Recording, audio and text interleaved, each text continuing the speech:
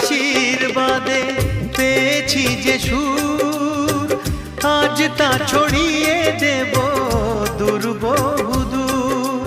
ও সাধনা সফল হবে যদি গো আমায় স্নেহ দিয়ে গুরুদেব বুকে টেনে নেয়। গুরুকে জানাই আমি শ্রদ্ধা প্রণাম, তাই তো গুরুর মান রাখতে এলাম।